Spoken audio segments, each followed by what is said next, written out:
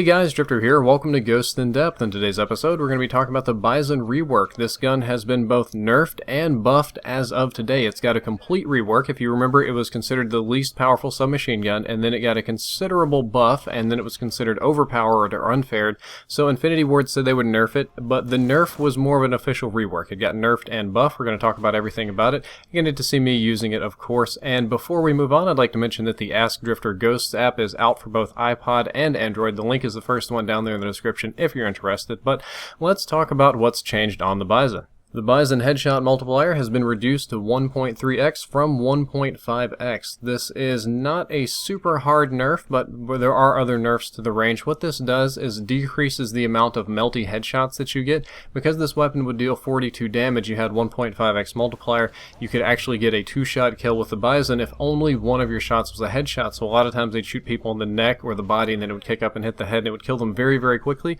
When you consider online lag, damage spiking, and just the way this game works, it felt like you were getting melted, like you were getting instant deleted, and that was kind of frustrating.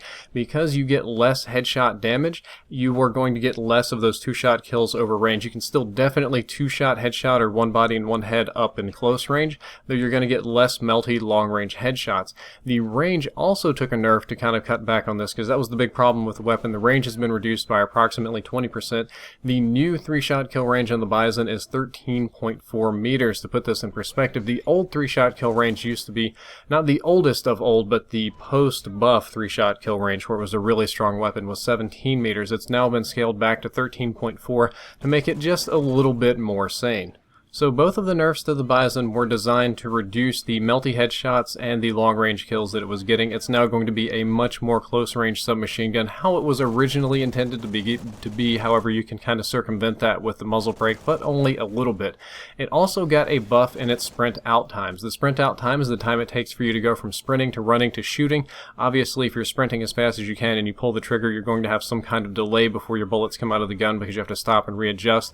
It used to have the slowest sprint out time of all of the submachine guns. All the SMGs had a 0.2 second one, but this one had a 0.3 second or 30 millisecond, 300 millisecond sprint out time.